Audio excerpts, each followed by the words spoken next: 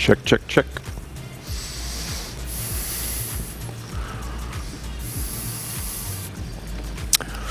All right, everybody. Thanks for joining us tonight. I'm seeing the comments start to come in of where people are at and where you're watching from, and I don't want to waste any time, so if you're on this Q&A, you know who I am. I don't need to introduce myself. I just want to kind of dive in. Here's what I hope to accomplish through the evening. I'll kind of give you a roadmap of where I'm thinking of heading, and then you can help me be successful. How about that? I'm going to be doing another one of these Q&As, kind of more informal at my house, just on Facebook Live to like a wider audience. So today is designed for like our real life on the Palouse family.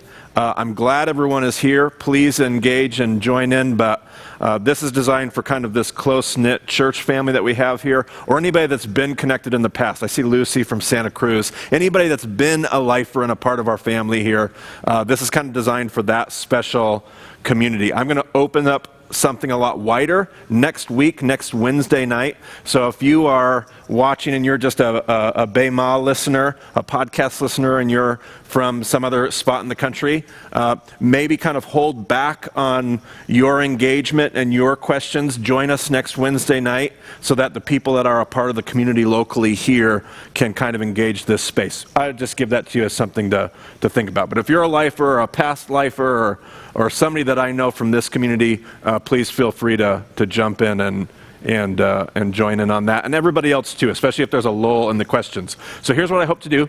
I hope to, Darius heard Mari's voice. Mari.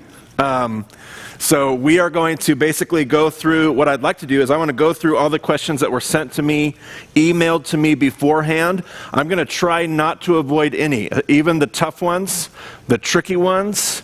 If I miss a question, it's not because I did it on purpose. I'm going to try to get all of them. I may dodge some questions, but I will not ignore them. But we'll talk about that when we get there. When I get done with those questions, I'm going to kind of do a little bit of a introduction to my ministry, what I do with Impact Campus Ministries, kind of talk about that, talk about how you could help us as my family transitions from the Palouse to Cincinnati, Ohio. And then if we have some time, we're hoping to still have a little bit of time, and then I can start kind of going through some of the live questions and start to scroll through some of the chat and just see what I can pick up there. I'm sure I'm going to miss a ton of stuff from there. I'm already missing a bunch of hellos that are scrolling on the screen now. So that's kind of my plan. So yeah, I guess I'm in charge. So here we go. First question that was emailed to me. I'm not going to give names because I don't know if people want their names to be given. So all of these will be anonymous. So there we go. I was wondering if you could talk about the narrow path or the narrow way.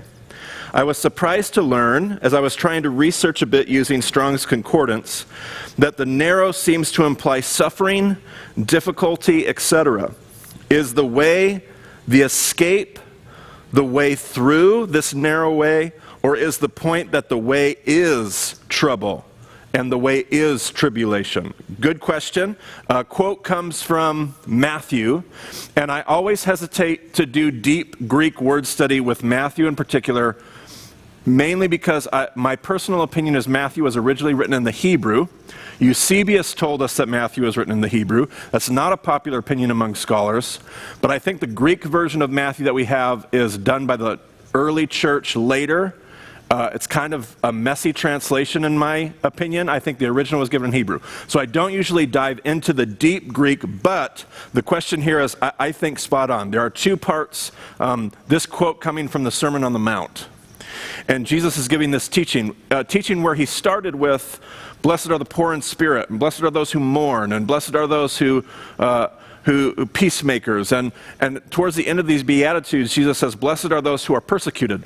Like the whole underbelly, the whole undertone of the Sermon on the Mount is that this kingdom that Jesus is ushering in is for everybody, but it's also upside down. The kingdom does not work. And when you look at the whole Sermon on the Mount, everything is counterintuitive and everything is not going, like nothing in the Sermon on the Mount is coming easy. Love your enemies. Teachings on murder, adultery, divorce, taking oaths, an eye for an eye, talking about how to give to the poor and prayer and fasting. Eventually, Jesus gets to this part about the narrow way. And there's two parts about the narrow way here that I find relevant for this question. One is that the narrow way is juxtaposed to a wide way. There's a narrow way and there's a wide way. And in that regard, I feel like the narrow speaks to intention. And the illustration I like to use for this is if you're from the Palouse here, if you've ever gone down towards Tri-Cities, and you're going down towards Tri-Cities and you're going to need to connect to Portland on your way to Portland, there is an interchange there in the Richland, Pasco, Tri-Cities area where you make one exit, you do one loop, you end up merging on the left-hand side of a 3-lane interstate, and about 1/8 of a mile ahead is an exit that you have to make on the right-hand side of the interstate. If you have never made that interchange before, I almost guarantee you miss it because it has to happen so quickly. I can remember the first time I tried to make it, forget it, it was over. Narrow is the way that leads and I think the exchange actually is going south towards the Pendleton area. Narrow is the way that leads to Pendleton, but wide is the way that leads to Portland, and many people find it, which is funny because I hate Portland, so it's a funny little parallel there. But nevertheless, I hope we have nobody from Portland listening. I love you if you're from Portland. Nevertheless, I use that illustration because it speaks of intention. If you're going to make that exit, you are going to have to be resolute coming off of that first merge to have your blinker on, to be checking your blind spot, and to be immediately making a lane change in order to make the next exit that you're going to have to make to get where you're going. That's the narrow. Narrow is the way. There is an intention I have to have if I'm going to experience this. But then there's exactly what the person asking the question here is referring to. And the word does mean that, and whether the Greek is accurate or not accurate, I do think what you're seeing in that Greek word is absolutely spot on. And that is that this narrow way, the way of the kingdom, is not going to come easy. You're going to have to, it's going to come with intention, but it always comes with there is a price to pay. Jesus says, he talks about an explosive kingdom in another. Some of your translations will say violent. The kingdom has been advancing violently, speaking of John the Baptist, and violent men lay a hold of it. That's a good example of a bad Greek translation, I believe. I think his original words would have been explosive. It's a quote it's a reference to Genesis and other stories. It's an explosive kingdom. There's a reference to a prophet there. Malachi, there's an explosive kingdom, and explosive people take hold of it. You are not going to stumble into the kingdom. It's not going to come easy. The kingdom is not going to be comfortable. And so I do think the narrow way speaks of the kind of intention we're going to have to walk in the way of the kingdom. And it also refers to, I do think it's a way of trial, a tribulation. I think that's spot on. I would say yes to that. Next question. Personally, I've found it best to ask God my many questions, and over the years have become more okay with what I don't know. Excellent, by the way. But I'm increasingly sad and unsettled by bad readings of the Bible and the loss of its underlying message. I really care about people, the people, and yet I want to run away from organized church. Have you ever felt that way? And do you have any insights or advice to share? I think I feel that way often. Because there are so many things when I look at our experience in our faith walk that trouble me, and I don't have to get into what those things are, but I can find church to be. So why do I stay here? I find that for me, I was talking to somebody the other day, a good friend of mine, and she was saying that she can't live out her Christian faith and be in the church. I respected where she was coming from. I respected what she was saying. I honored that. I can understand that completely. For me, I cannot walk out my faith outside of the church. And a lot of that is because of my own experience and the privileges that I have and the way that I can engage the community. For some people, church has been destructive or outright abusive and manipulative, and I can understand that. For me, the things that I have been so passionate about in my life, I'm not sure I could find a better outlet, a better playground, a better fellowship, a better soil to grow those things. And I'm passionate about 4 things I often talk about: the Bible, the text, radical fellowship. What I mean by that is fellowship with people that I don't agree with, discipleship, the process of becoming like Jesus, and wrestling. And by that I mean like wrestling with the big questions and the things that matter the most. And when I look at those 4 things, I'm not sure I can think of anywhere better to do that than the church, as broken as she may be at times. And I'm not talking about real life on the Palouse, I'm talking about just the church as a whole, as I think the person asking the question is. So when I think about the Bible, I don't know where I could go to truly engage as a discipline, as a practice with other people, the individual and the corporate discipline of diving into the text, diving into the Word. I'm not sure where else I could go. I'm not sure where I could go to work at discipleship. Where else in the world is a group of people saying we want to look more and more like Jesus? And there are answers to those things. But the church is still one of the best places to find some of that, in my experience. I think it was Martin Luther that said, the church may be excuse the crude language, it was a quote from Martin Luther if I remember it correctly, the church may be a whore, but that whore is my mother. The church has always been my family from the day that I was born. As broken as she may be and the stuff that she may go through, she's my family. It's where I've always belonged. And unless they kick me out, it's where I'm always going to belong. It doesn't mean that I don't struggle with these same things all the time. One of the refrains that I seem to be saying a lot these days is just Jesus. Like, it's just Jesus. This stuff that we're doing and the stuff that we're trying, it's just Jesus. Salvation is found, like, it's just Jesus. Not Jesus and, not Jesus but, not Jesus as long as, not Jesus, just Jesus. Like, Jesus is it. Jesus is it. It's just Jesus. And I'm not sure where I can go outside of Now, this question talks about organized religion, organized church. And a lot of times there's a lot of other things other than like the church that we're wrestling with or we're stepping away from. But when you really get down to like, what does it mean to do the things that matter in the kingdom? If it involves other people, what we're going to describe as the church. Well, I can do that in a living room. Okay, but if it's with other people getting together, gathering together, on some level, we're just talking about the church. So, I have my own long laundry list of things that I struggle with in evangelicalism as a whole, but they're my family, and I don't know if I answered that question, but the answer to your question is yes, I do struggle with that often.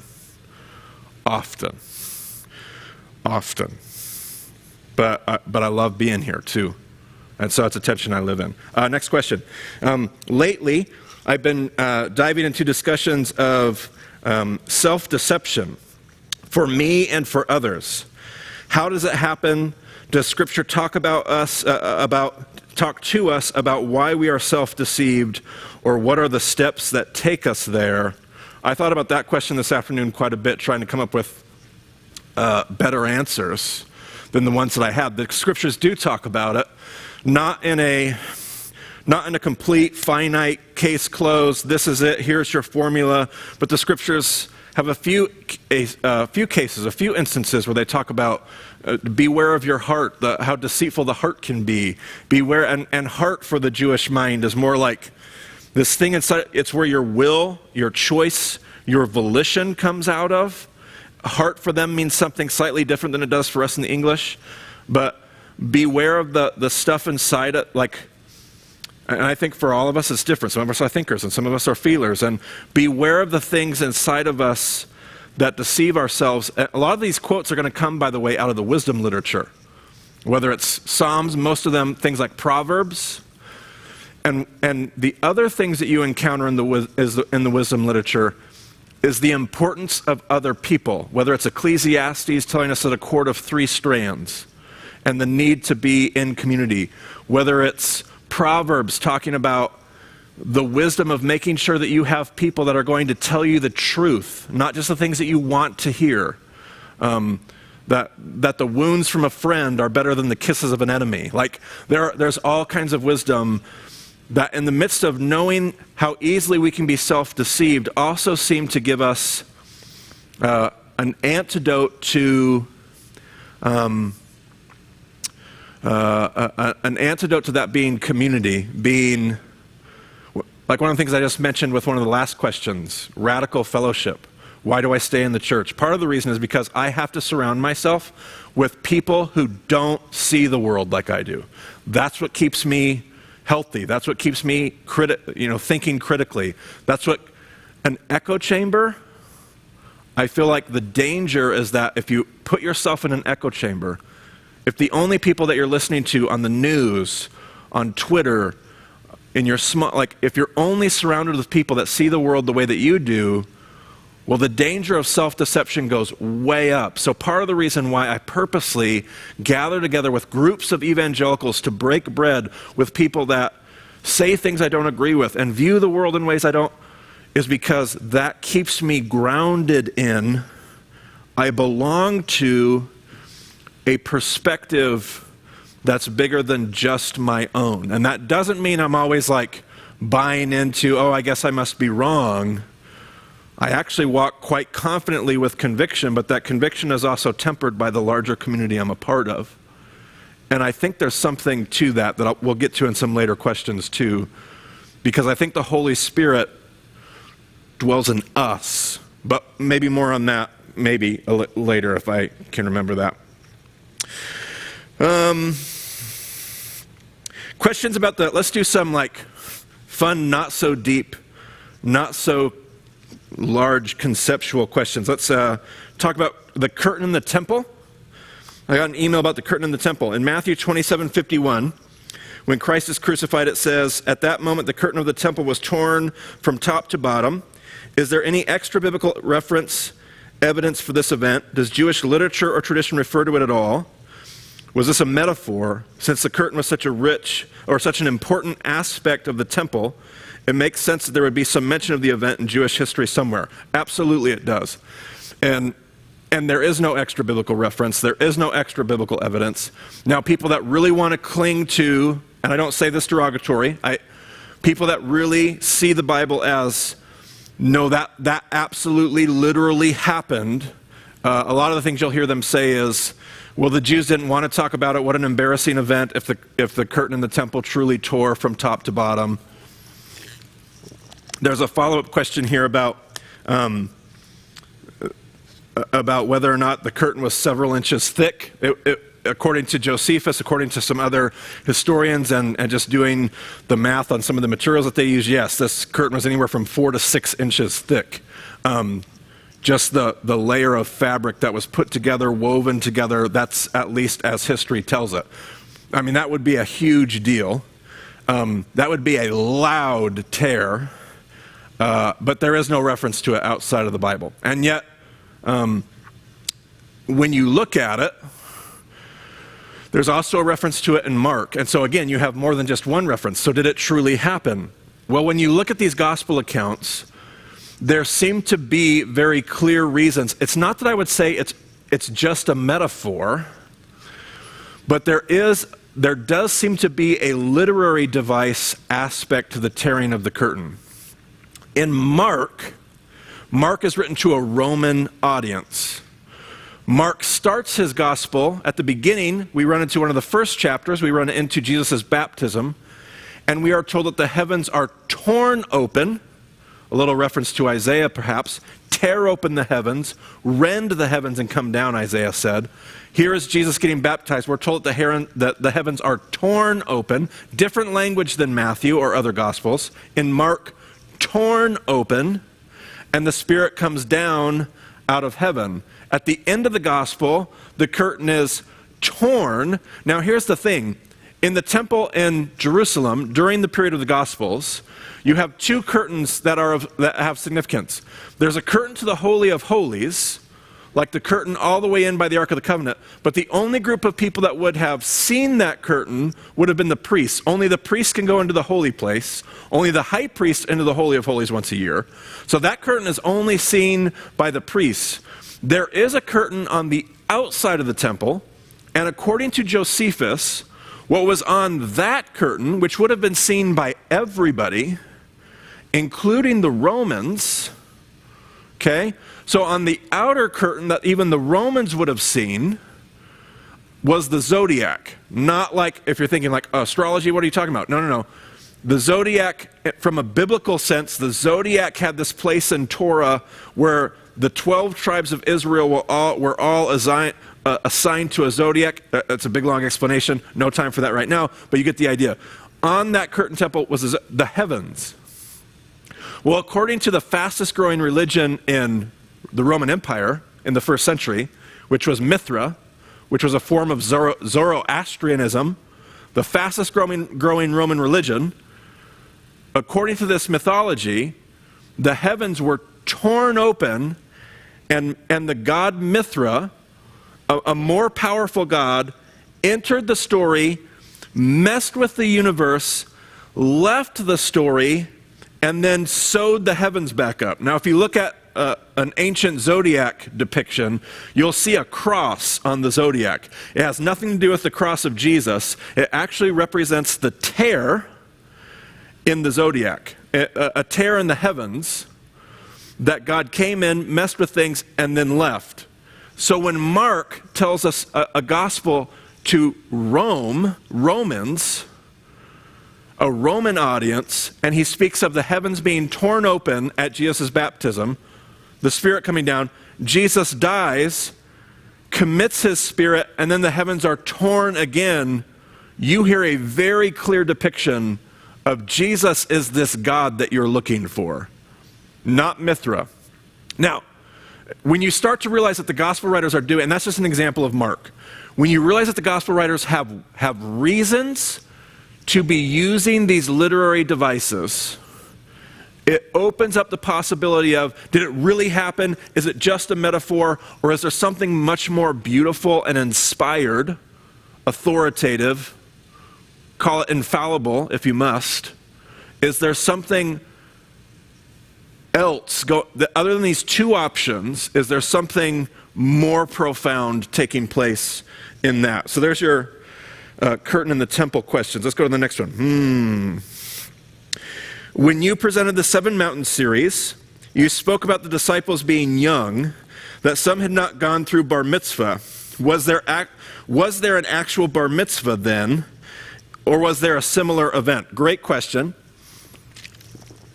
This happens all the time when we're talking about Second Temple Judaism. There's so much we don't know. So much of what we're familiar with in Judaism shows up later. Even finding its formulaic mechanic in the Middle Ages later, like 1,000 years after Jesus. And yet all of these things are usually built on principles that we know existed in what we would call Talmudical Judaism. Like, you can find these things in the Mishnah, you can find these things in the Talmud, we just don't know how much definition to give them.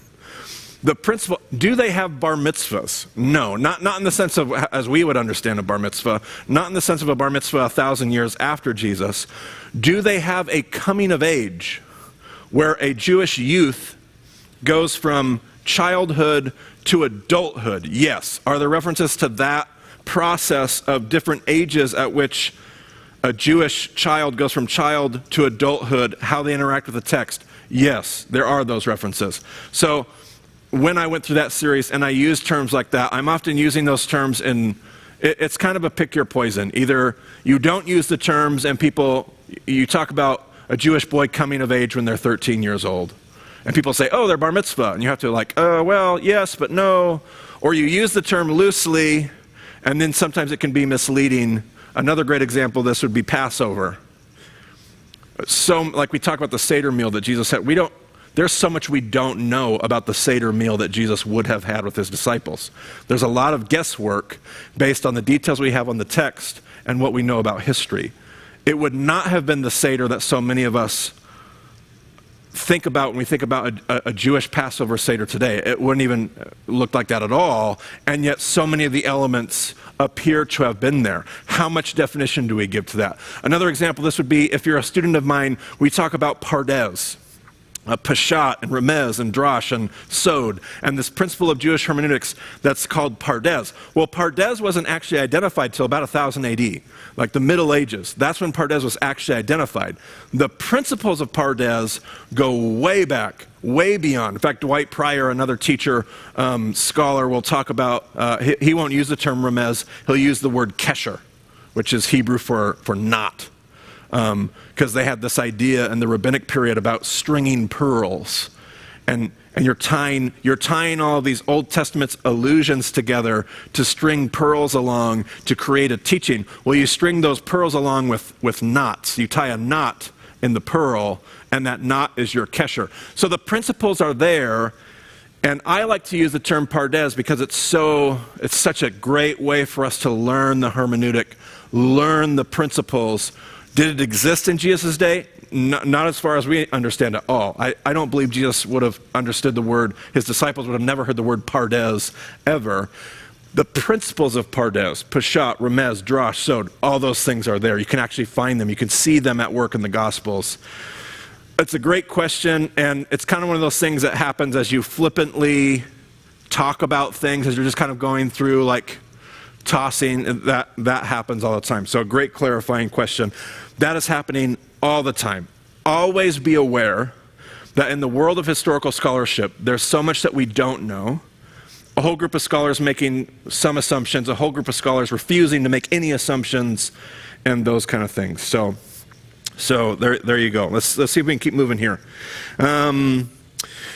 Why didn't Abraham intercede for Isaac like he did for Lot and Sodom and Gomorrah? Sodom and Gomorrah. Great question. I think, and this answer is going to slightly make us uncomfortable because we just don't live in an ancient Middle Eastern patriarchal culture. And that's not right, it's not wrong. That was their world, we live in our world. I'm not trying to insinuate we should be more like them. It's just different. But Abraham didn't argue, he didn't intercede for his son for the same reason. Let's use your example of Sodom and Gomorrah. For the same reason that Lot did the unthinkable for so many of us, offered his daughters to the mob that comes knocking on his door. Lot, in order to protect his guests, Lot, in order to protect his guests, offers his own daughters. In our world, we would say, okay, I'm going to protect other people. I'm going to think about others. I'm going to be selfless. I'm going to start by looking out for my own family and my friends, and then others, and then eventually my enemies, because Jesus told me to love my enemies. In their culture, it's all reversed, because your family is really you. Your whole Beit Av is you. So if you look out for your children in their culture at the expense of the stranger, you're not being selfless at all, you're being selfish. So you choose to lay down your own life, which again, it's an ancient patriarchal culture. I know everybody goes, well, why didn't Lot lay down his own life rather than his daughter's lives? Great question. It's a different culture. That is how they engaged. So that's what's going on there. Avraham is not trying to protect his son because his son is him. His son is his progeny. And so Avraham will fight for the outsider.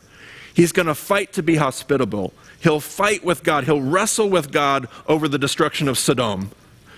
But when God says, I want your son, Abraham says, okay, and there's a wonderful teaching. Find my podcast, find David Foreman's teaching on the Akedah, incredible teaching on what's actually going on there in the sacrifice of Isaac from a Jewish perspective, according to Jewish tradition. But that's why Abraham does that. When Jacob gave the blessing to his sons, why do many of them sound like curses rather than a blessing? Is a blessing more about your purpose calling or getting what you deserve, true self, true heart, rather than being blessed? Excellent question. Short answer is yes. A blessing in that regard is somebody giving you, calling out, naming, speaking over you what is true about you and what's going to become of you.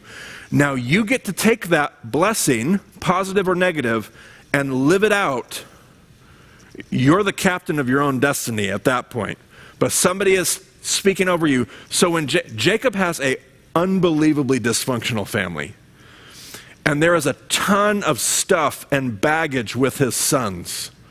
I mean, Reuben and sleeping with his dad, there's all kinds of stuff. And Jacob has this, I have watched you sons grow up over the course of my life, and I have seen how you are, and I'm going to tell you where your path is headed based on the kind of person you are, the character you have. And so some of them do sound, I wouldn't call them curses, I would still call them blessings, and yet some of them are, hey, this is the road that lies ahead of you. Now they're going to respond to that however they want to, and I think some of the tribes, some of the sons end up actually responding in a very positive way to these things. But yes, you're absolutely right. Next question. Why did Jacob hate Leah and God hate Esau? Is it a word translation? Yes and no. The word is translated just fine. It's what the word means, but it's not how the word is used. And so the word is used in terms of juxtaposition. When you give me two options, I am definitely drawn towards the one, and I always like to use the word despise. It's not a better translation, but in my mind, I like the one and I go, oh, why would I even want that? Why would I even want that other? Now, what Jacob does with Leah is not okay at all. And yet you have these two wives, and when Jacob has Rachel and Leah, and you know the story, he wanted Rachel, he kind of got tricked into Leah, and the whole story is totally screwed up and broken. But when Jacob, that's the hate word there. When God had the option, put Jacob and Esau on the table, and he's got two options. God says, I can take the son who, he follows the rules, he's a good kid, doesn't really care. Doesn't care. Esau despised his birthright. That's what the text says. He does not care about the promise of God, the stories of God, the mission of God. Good kid, though. Does things the right way. Or you have Jacob. Wow, what a train wreck. Screws up his life just around every turn, kind of selfish, but he has fire, passion, chutzpah. Here's a guy, good kid. Here's a guy, train wreck. Here's a guy, doesn't really care. Here's a guy, cares more than you could ever imagine. God says, it's not even a contest for me. I want the guy who has the zeal, the passion, the chutzpah. I want that guy. And it's not that God hates Esau. God's love for Esau is no different than his love for Jacob. None of that changes. But put the two options on the table. When Jesus tells his disciples, you need to hate if you want to be your disciple, you must hate your father. Is Jesus telling his disciples to hate their father and to hate their parents? Or is Jesus using the same Hebrew usage of, listen, if I were to put discipleship, following me as your rabbi, next to the things that your parents have for you, I hope there's no contest. It's a literary device for juxtaposition. So it's not a bad translation necessarily, but definitely a different kind of usage. On Mount Horeb, what does it mean that Moses turned aside to see the burning bush? Does it mean just to look? Oh, it's such a good question. There's a huge rabbinical teaching, a midrash, that says that the burning bush was burning for all 40 years that Moses was wandering in the desert. And it was only on the day where Moses actually stopped, like the bush was burning the whole time. Because the rabbis say a burning bush is not miraculous. That's kind of like a cheap, and trust me, I've walked around in the desert when it's 127 degrees. Like, a bush on fire would not seem like that odd of a thing in the middle of the desert. And yet, Moses stops just long enough to realize that the bush is not being consumed. Now, in order to realize that, it's one thing to just notice a bush is on fire, but to notice that a bush is not being consumed, the rabbis teach you are going to have to actually really look at and examine and be fully present. You are not just going to notice this as like a passing observation walking through the desert. You are going to have to be like, what is going on here? Stopping, being still.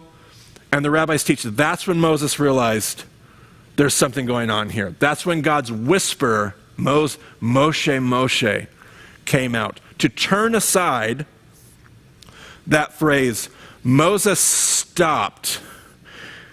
To turn aside from the path. Moses was doing his daily thing. He noticed it. He turned aside. He engaged it. He was fully present. Great book on this. God Was in This Place, and I Was Not Aware of It by Lawrence Kushner. God Was in This Place, and I Was Not Aware of It. Great book for that discussion. You can read lots more about that. In Exodus, why did the shepherds drive the priest's daughter away, who are also shepherds, by the way, from the well? Was that a normal thing to do? So shepherds are typically the young girls in a patriarchal Middle Eastern household. In the Beit of, the house of my father, you have the patriarch, or maybe a few patriarchs, the older men. They're usually in town, like in today's world, they're usually in town drinking coffee at the convenience store all day. You have the younger, middle-aged men, the adult men but aren't patriarchs. They're running the family business. They're making the money, the sustenance. And then you have the older women. They're the matriarchs. They're overseeing and running the household. This is a patriarchal world. I'm not trying to make statements about male or female gender roles at all. This is just the world of the Bible, the world that they live in. Your younger girls are usually tending the flocks. I have, in all my time over in Israel, I have rarely seen, I won't say ever, I have seen male shepherds. They are usually girls, even to this day. You will have like one of those older men kind of overseeing, but he's not doing the work. He's like sitting in the shade under a rock or under a tree. But it's the girl. So what you have here probably in this story is you have Jethro's daughters. They're doing the work that a typical shepherd girl would do. But then you have other families, and they have their shepherds, and these men are probably not doing the work of shepherding, but sitting at the well and harassing the female shepherds that come by, not letting them have access, whether it's because of competition or just harassment or whatever but that's the exchange there. You usually don't have male shepherds unless they're the older overseers, and they're probably not doing the work. So here's Jethro's daughters working the flocks, needing to water their flocks. They show up. Likely, you have a bunch of male shepherds that have kind of been sitting there. They're not even doing the shepherding. They're chasing. That's your context there. Here's a fun one. How about a personal question? What is your biggest fear? Thanks for getting personal. I would rather talk about the temple. I'll tell you, my therapist is teaching me my biggest fear is that people would think I'm not perfect. And it's actually gotten in all kinds of, I haven't gotten over that fear. I've gotten to where I'm dealing with it better. But it's gotten into my marriage. It's gotten into my parenting. It gets into my ministry for sure. It gets into my vocation as an organizational leader. Fear, my greatest fear. I have other fears. Yeah, I have other fears. I hate spiders. I have other fears for sure. The fear that is most prevalent, that threatens my spiritual health, my relational health, my emotional health, my mental health. That fear is the fear that if I'm ever not the best at what I do, people will stop showing up. People will stop thinking I'm great. People will break relationship because I'm of no use. That goes all the way back. That fear goes all the way back to a young, chubby version of Marty with glasses that was always trying to fit in, and he found out that the only way he could fit in was by being super smart because everybody needed me for something, some homework assignment, some group project.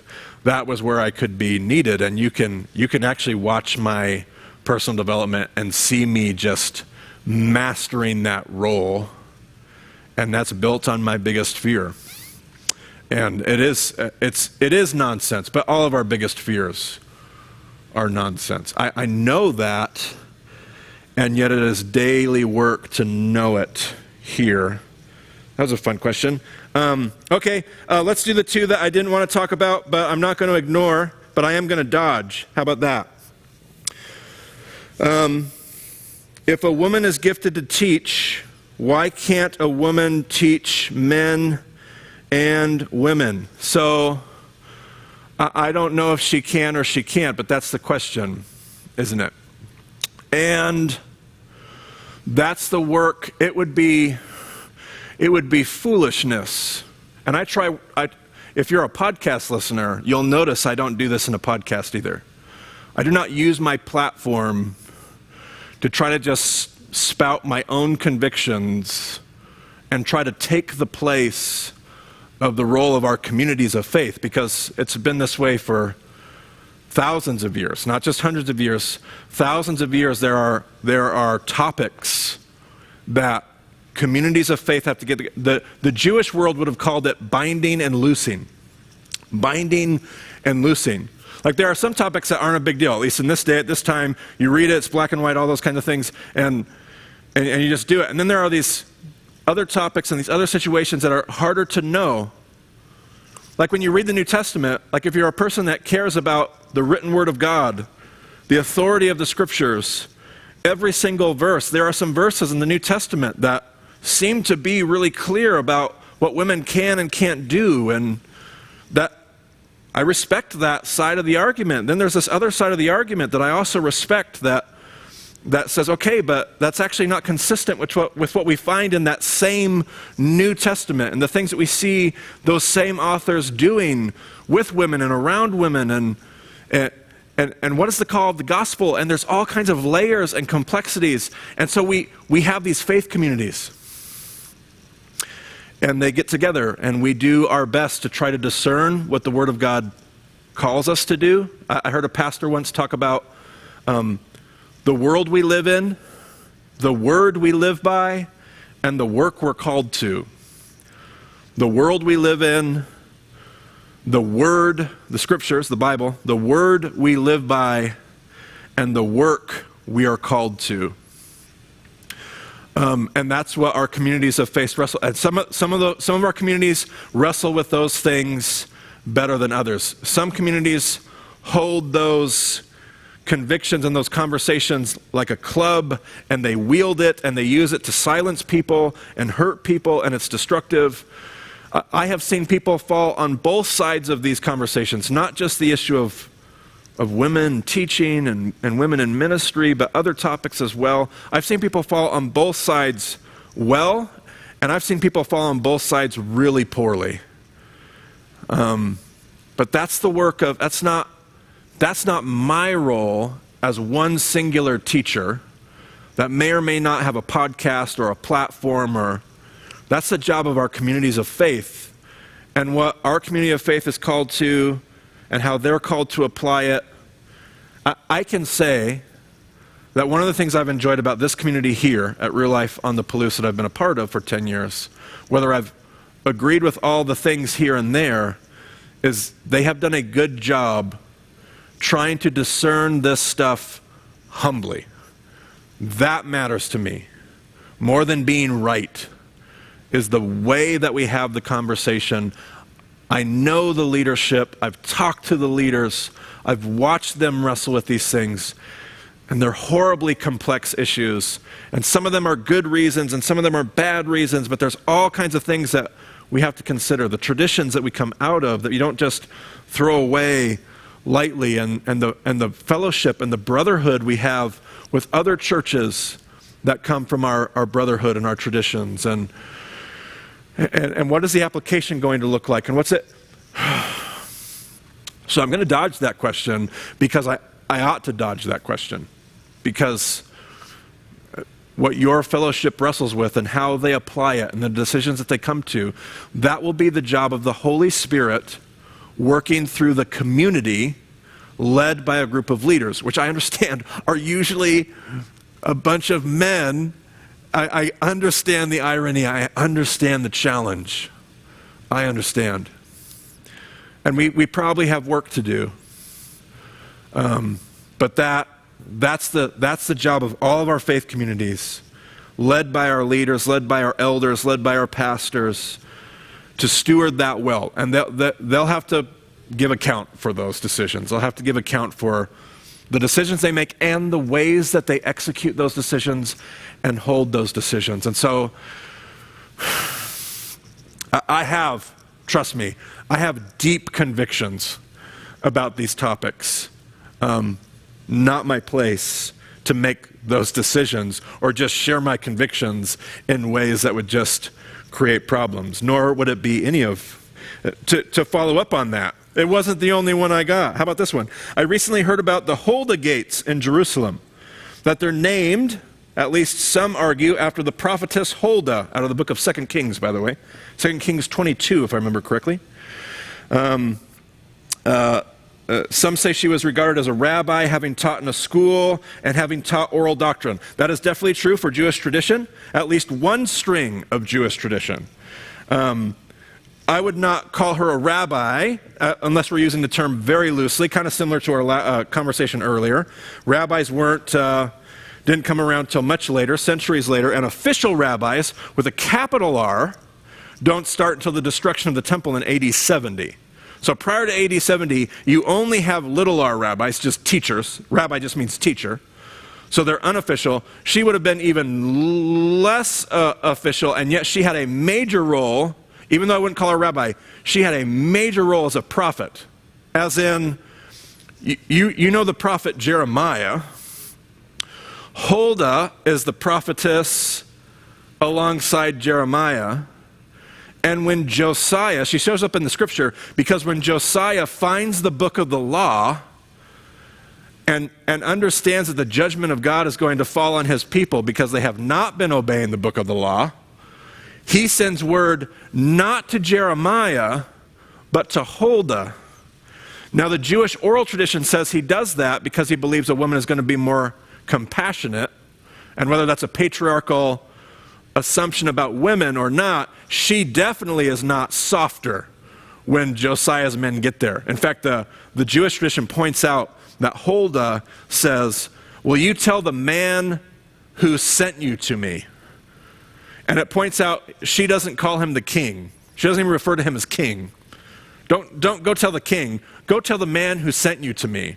She's got a little bit of an edge. She's got chutzpah. She's like, I don't care who he is. I don't care whether he's the king. This is the message. Now Josiah is going to receive that word from a woman prophetess and do, as I read the text, do what he ought to do with that word. Heed it, honor it, act appropriately. There's all kinds of stuff there. But that's Huldah. So the question goes on. I'm interested in how, if that was Huldah, and she was allowed to be a prophetess, I'm curious, the question asked here is when it changed from women being able to serve in higher roles, such as rabbi, teacher, or priestess, or prophetess, or judge, or disciple. How did it move from that to what we find later in the Talmud? Quotes like, do not teach your daughter Torah unless... do not entrust Torah to women.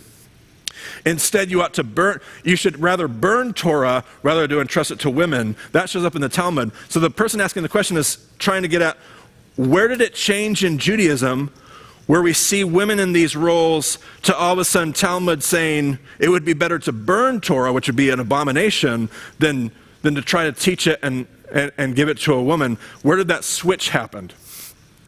And the answer is, no matter what faith tradition you're a part of, we have been in this struggle for centuries, all the way back to the Talmud. The stuff that we struggle with in the church, the evangelical church today, it's the same stuff that we find Judaism struggling with centuries and centuries and centuries and centuries before.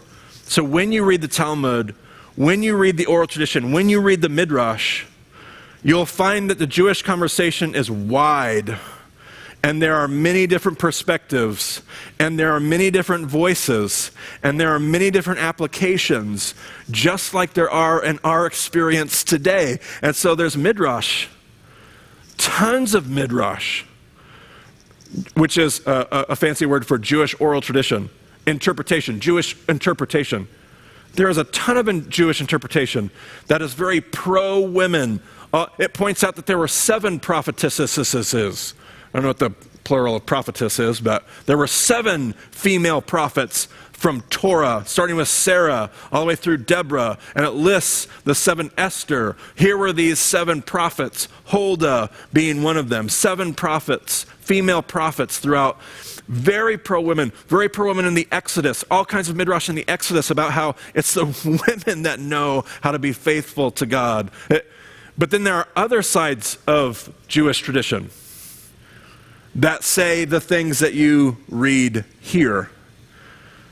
They had the same tension. They struggled with the same application. And we could argue about the reasons. The truth of the matter is the reasons haven't changed in centuries. That doesn't mean the conversation is hopeless, but it is to say there is always a group of people trying to say that this group doesn't get to be in, and my tribe is the one that gets to be in charge. And it's not just the male and women conversation. There's always power struggles, always interpretations for different reasons and different motivations. So when did it change? It didn't. But some forms of Judaism tried to shut things down in that regard. Some parts of Judaism tried to open things up in that regard. Just like all throughout Christian history, some parts of Christian history tried to shut that down, tried to silence the voice of women.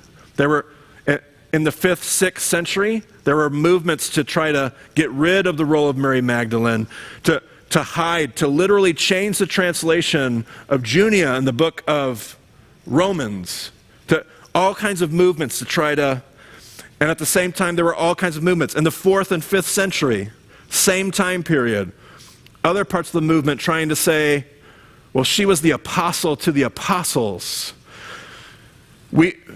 There's not a lot that is brand new.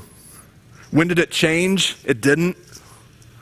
But it's always been an ongoing conversation, too. I'm not sure there's ever been a point where the conversation has been settled.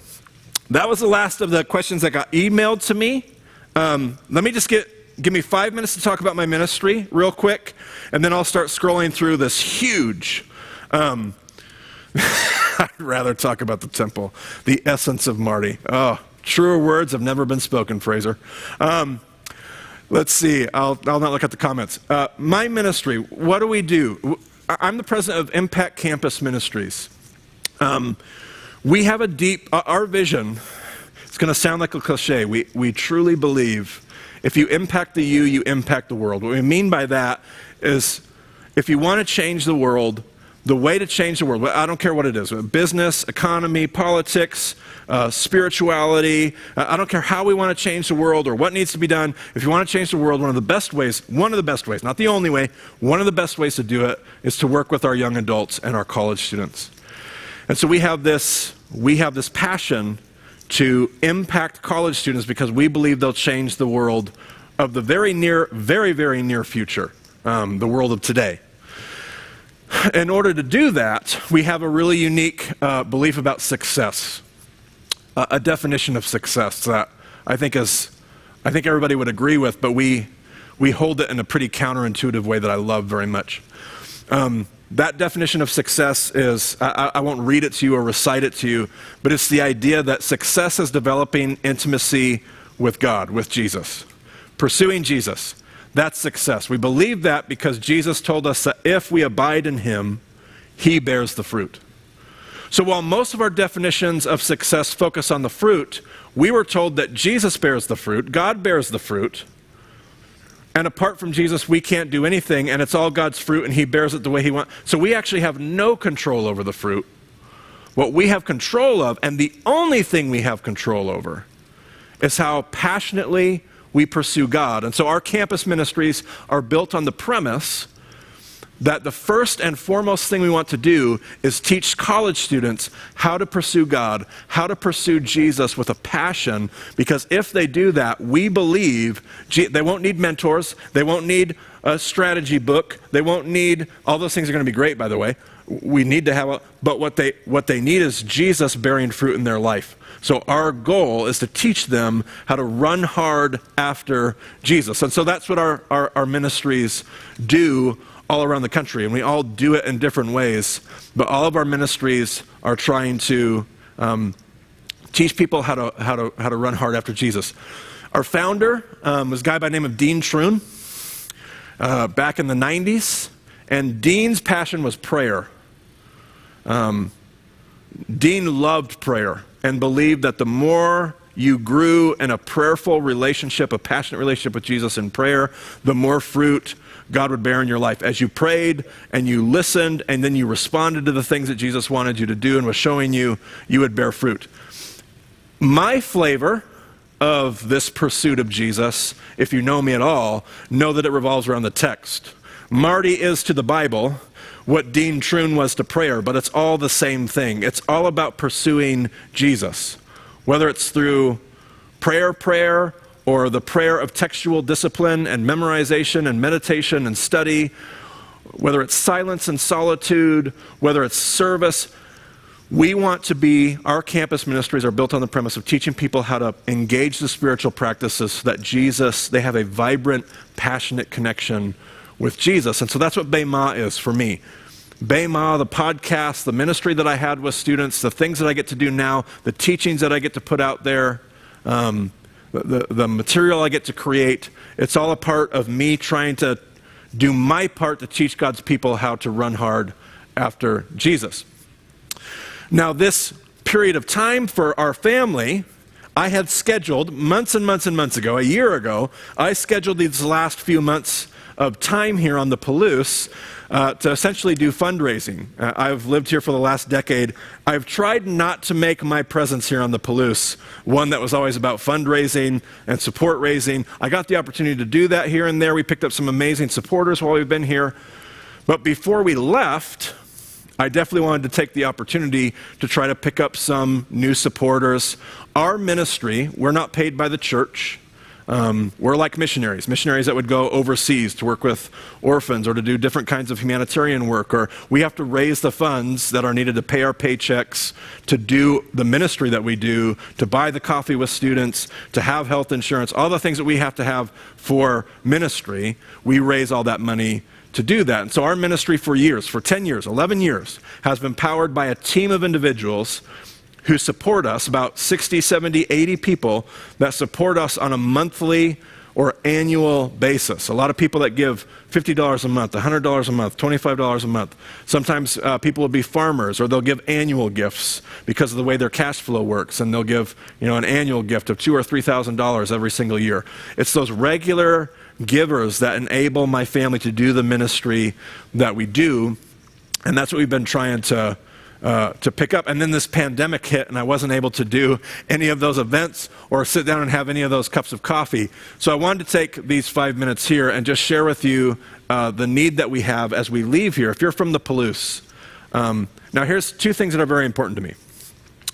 One of those is that if I'm going to talk fundraising, I don't want this to come at the expense of real life on the Palouse.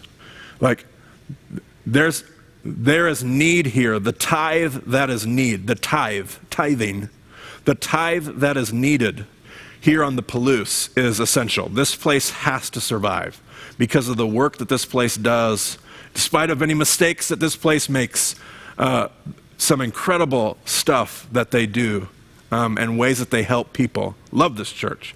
I don't want to take a single dollar from the tithe that comes in. What I'm talking about is people that may have the ability to give over and above. That they might have that extra $50 on top of what they give. That doesn't take away from the church. This church needs your tithe. It needs more of your tithe. I don't want to take away from that. If you have stuff over and above that, we would be, which leads me to my second thing, which I'm very passionate about right now, and that is that I am aware of the timing of my move, the timing of a fundraising ask. It's a tough time for a lot of people right now. We have small business owners that are just crushed because of this pandemic. So I know there are needs all around us that are in many ways more important than mine. And that I don't want to go unnoticed by me or anybody else. So these are things we need to do before and I'm not afraid to say that because I think God will honor that. We may have friends that need our help right now more than a 501c3. We're going to have to get through all this together. But then there are other people, and God directs our steps, and God leads people with the gift of generosity to give how they want to give. And if that's us and our ministry, we would love to have some additional supporters join our team. Easy thing to do, go to www.impacttheu.com, www.impacttheu.com, impact, I-M-P-A-C-T, the U, letter U, as in university, impacttheu.com, should be Impact Campus Ministries website. Hit the donate button up there in the top corner, and you're going to get to a page there, and if you want to support our family, just click on the button that says, I want to donate to a staff member. Click on that button. There will be a drop-down menu that shows up. You want to find Solomon, you want to find Marty Solomon on the drop-down menu. Click on that. You can set up a recurring gift. If you want to send in a check, physical mail, the address can be found in that same donate. Just hit on the donate button. You'll see an address where you can send donations to there.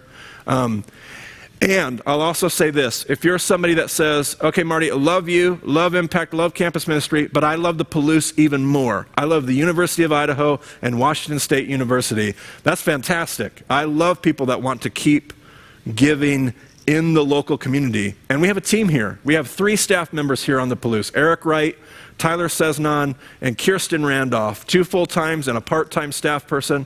Kirsten works with international students over at Washington State. Tyler works over as our Washington State presence. Eric Wright has been the team leader here for longer than I've been here, and he focuses here at University of Idaho. The team there, because you can easily go to the same button. Instead of saying donate to a staff member, just click on donate to a ministry team, find U of I, WSU, and you can click there and set up that donation. So I appreciate you letting me talk about that. It's just one of those things that we have to stay on top of. This move is going to take a little bit, and we don't want our accounts to struggle because of it, so we're just looking for new supporters that have the ability to do that, and that would be great. Please don't take it away from the church. Please don't take it away from people that need it in big ways around us here in the community or elsewhere. Anyway, so thank you for letting me talk about that. Let's see here. We got a little bit of time. Let's do a few more questions. I'm going to scroll through the comments here, see what we got. Brent Billings. Oh, man, Brent Billings is adding color commentary here. Confirmed, 2 Kings 22. Excellent. You're leaving the Palouse. I can answer that question. Yes. In 3.5 weeks, my family is packing up a U-Haul, and we are moving. After 10 years here on the Palouse, we are moving to Cincinnati, Ohio. Impact is planting a new team there in the greater Cincinnati area of campus ministers. I won't be on the ground on campus there, but I will kind of be trying to oversee that team, helping them be successful. And it's going to kind of relocate me to be a little bit more centrally located for my ministry and the impact that I have and the people that I have to work with. So yes, that is what our family is doing next. I think if you went back and found, go back to the Detours sermon series, Josh and I did a team teaching, and we talked about our family's move. So you could watch the sermon on that. There's also a link to sign up for the Baima Messenger newsletter at that same website. Heck yeah, there is. People are helping me out here. What is your best unplanned Baima trip story? Oh, Don Nichols. What is your best unplanned Baima trip story? Some of them I just couldn't share with you because it would ruin your own experience, Don, when you come with me. That first trip that we took, people want to talk about how crazy it is right now. Our first student trip was Baima trip 2014. It was during the Israeli-Palestinian conflict, the one with all the rockets being tossed back and forth just all the time. And we were over there. I think we had people, we as a group either missed every flight, every connection, or we had at least one or two or three people miss. Like, we didn't have the group. I think there was one small connection we got the whole group on. That trip was just, I don't know if that's my best, it's just the most memorable. I don't know if I would call that my best memory, but my goodness, that was crazy. The Slack workspace. If you're a Baima listener, if you're a podcast listener, people have been dropping my website, the BaimaDiscipleship.com website in there. You can find my podcast, but there's also a Slack workspace where people get to chat about things. It's been kind of good during the pandemic. How do we keep up to date with Marty Solomon teaching? There you go. I guess I'm going backwards. It's probably not the best way to go through these comments, but here we go. I'm just going to keep scrolling.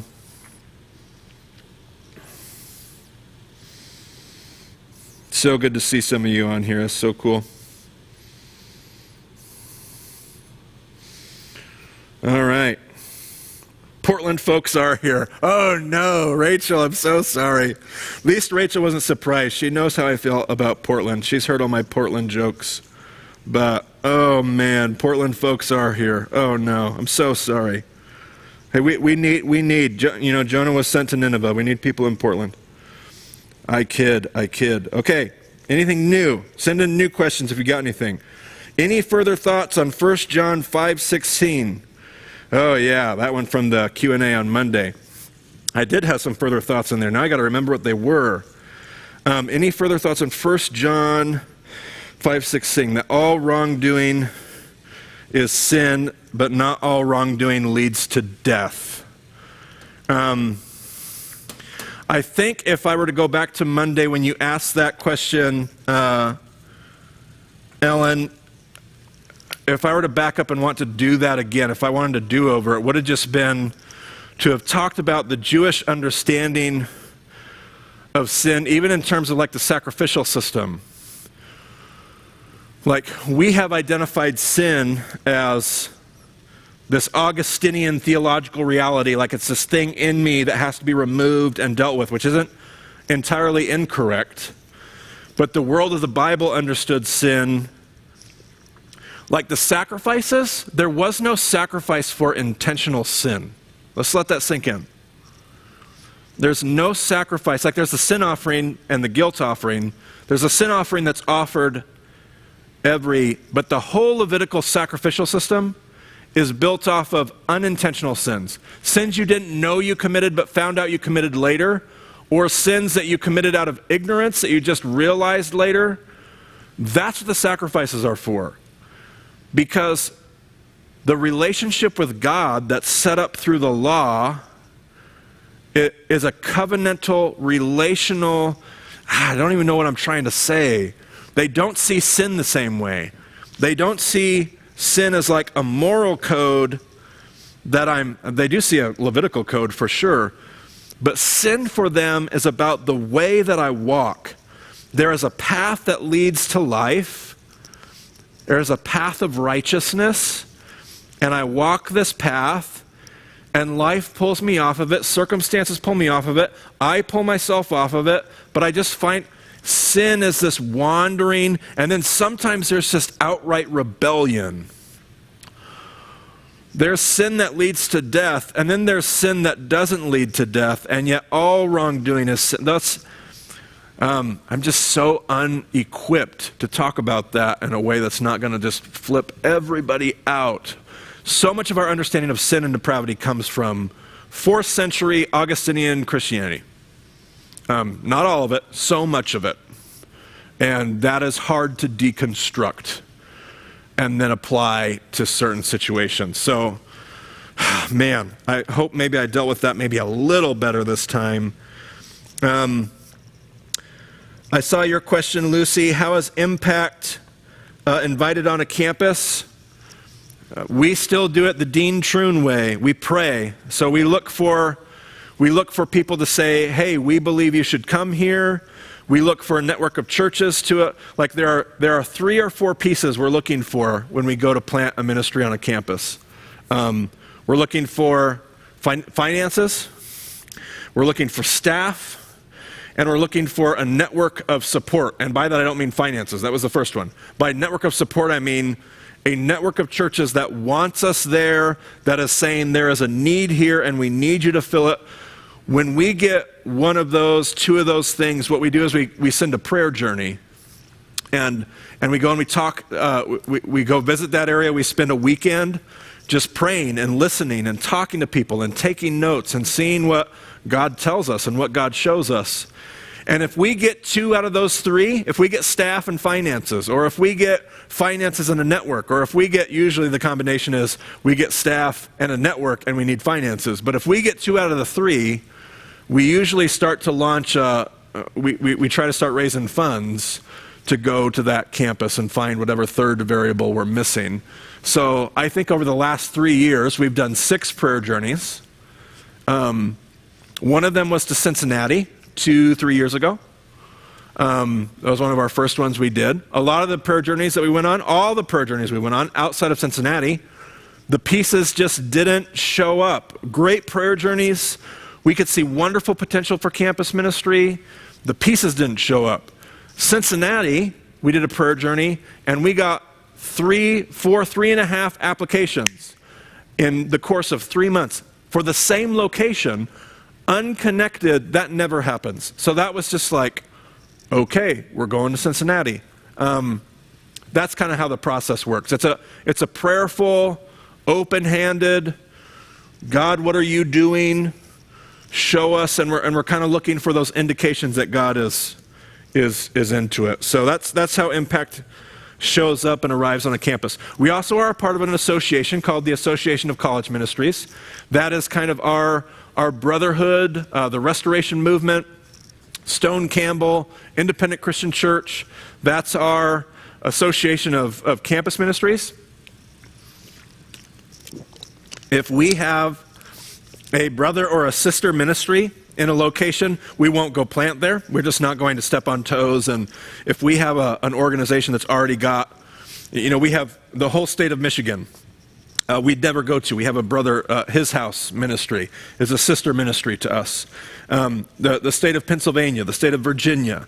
There are some states where the ACM has campus ministry kind of covered, and we would never wander in there and start planting ministries over the top of what they're already our partners. So there are some parameters that help guide where we would go and where we wouldn't go, but our heart is to go where everybody is not. So where do we not have ministries?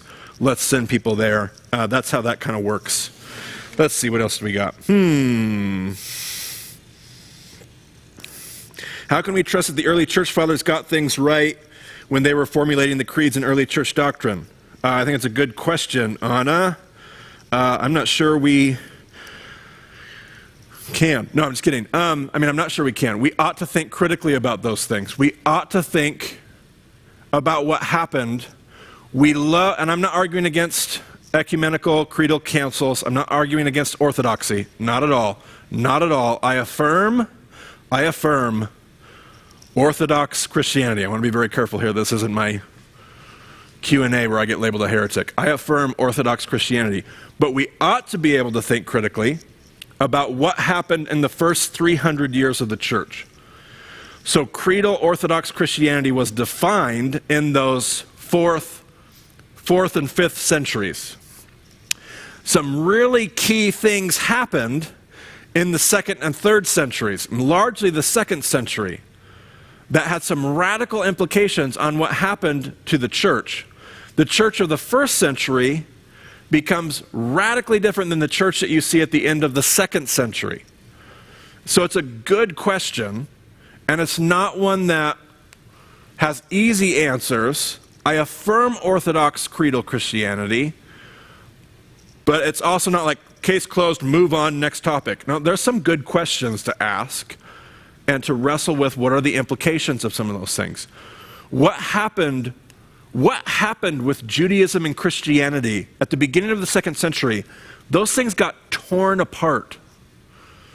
What are the implications of that? What happened to the faith by the time the first ecumenical council shows up? Great question, worth wrestling with.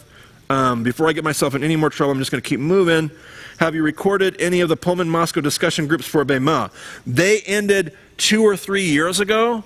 We closed up our discussion groups. We didn't record them because those would be safe spaces. We wanted to be able to wrestle with the text, ask difficult questions, say things that we would take back, say things we would never want recorded, so we never recorded those. Thanks for doing this tonight. The Kennys, thank you. Good friends. Love you guys. Yeah, Glenn, thanks to you guys. Oh, Brent already covered there you go. Should circumcised men eat kosher? No, if they're Gentiles. Yes, if they're Jewish. That's the shortest answer I've ever given to that question. In order to know more, I recommend going 2 options. If you want the full meal deal, no pun intended, go all the way back to the beginning of our podcast and listen all the way through so you get all the good stuff. It's going to be 204 episodes, but about midway through session 4, I'm going to say 120, 130 episodes in, we get to the book of Galatians and we finally pull apart the whole Jew, Gentile, what scholarship is calling new perspective on Paul, guys like N.T. Wright, E.P. Sanders, James Dunn, Mark Nanos, scholars that are taking the newest scholarship we have and trying to realize that we've been reading Paul, not completely wrong, but we've been reading Paul incompletely. And we had some pieces that we needed to get ordered correctly. So we pulled that together. And it's not just going to end up being Messianic Judaism. And we may have Messianic brothers and sisters listening. It's not a knock on Messianic Judaism. I don't associate with Messianic Judaism. I don't read the Bible the same way. Part of that, a large part of that, is new perspective on Paul. If you're like, I have no idea what you're talking about, yeah, go back and listen to the podcast all the way through. If you're like, I'm not listening to 140 episodes, that's awesome. Go back in the history of real life sermons and find the sermon series on Galatians. It was a whole series on the freedom of Galatians. And Aaron and I did some teaching in that series, and we kind of walked through that and talked about it. It'll be a much shorter, I don't know if Brent is still with us, but he says Galatians starts with episode 144. He might even be able to get a link to the Galatians series off the website there. That'd be a shorter, smaller package, but great question, and I'm very passionate about it, but at 8:18 p.m., I'm just going to work towards closing this thing up. Let's see, Alan, you got another one. Let me see if I can do a better job with this one. Why do you think Jesus was at first not recognized? I mean, to Mary Magdalene at the and the road to Damascus. That's a great question. I wrestle with. I'm going to do this to you again, Ellen. I don't have a good question, a good answer for that, because I've wrestled with that. What is going on there? Is there a resurrected body? We're told that they were like the road to Emmaus. We're told that They were kept from recognizing him. He was hidden from them. So was it the way that he looked, or was it just a spiritual veil? I don't know. It's a wonderful question. I can't believe we got through an hour and 20 minutes and I never used the whiteboard. That's phenomenal. That's a first for me. I love whiteboards. Never had to use it once. I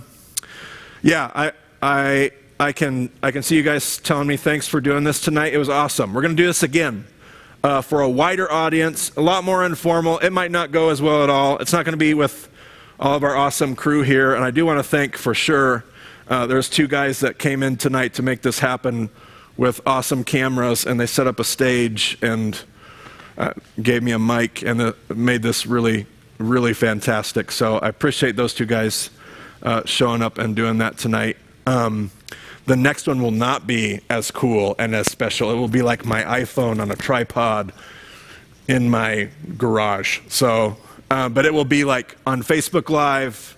Won't be on YouTube, but I'll just Facebook Live it, and it'll be for a wider audience. So come join me. It'll be next Wednesday, so not tomorrow, but a week from tomorrow. I'll probably do it at like 5 p.m. because most of my Baima folks are East Coast. Many of them are East Coast. So I'm trying to get it to where it's not too late for them. So we'll probably do like a 5 or a 5:30 p.m., maybe 5:30 p.m.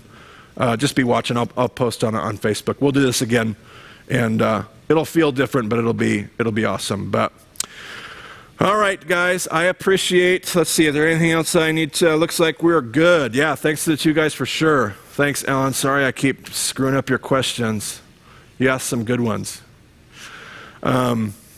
Yeah, awesome. We appreciate you guys a lot, and this is always fun for me. I could talk about the Bible forever, but love it. Have a good evening, and we'll shut her down. Thanks, guys.